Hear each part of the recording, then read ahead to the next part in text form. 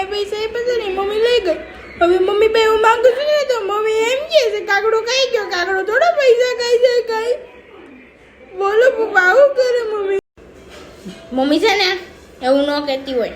સાચું કાગડો ખાઈ ગયો હોય એટલે મમ્મીને એમ નહીં કહેવાનું ને. 500 રૂપિયા આપ્યા હતા ખાલી. અવડી મોટી નોટ એને અપાય કોઈ દી. હવે રમુક નાનું છોકરું છે કાલ સવારે ખોઈ નાખે તો હાલ્યો. તોય તે પણ એવું થોડું કહેવાય કાગડો ખાઈ ગયો કંઈક બીજું કહી દેવાય.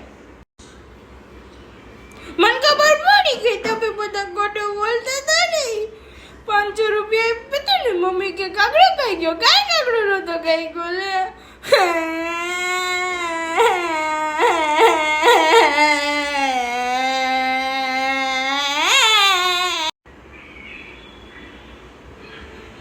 કેટલી વખત કીધું છે તમને કે છે ને અવાજ ધીમો રાખવાનો એમ.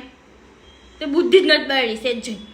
આખા ગામ સાંભળીને એટલું જોર જોરથી બોલ્યા કરે. હવે દો ને 500 રૂપિયા જાઓ. હમણાં એને એક પડીકું લઈ આવી દે ને એટલે શાનો માનો થઈ જાય. પાછી તું બહુ રાડું નાખવા મળે મારી માથે.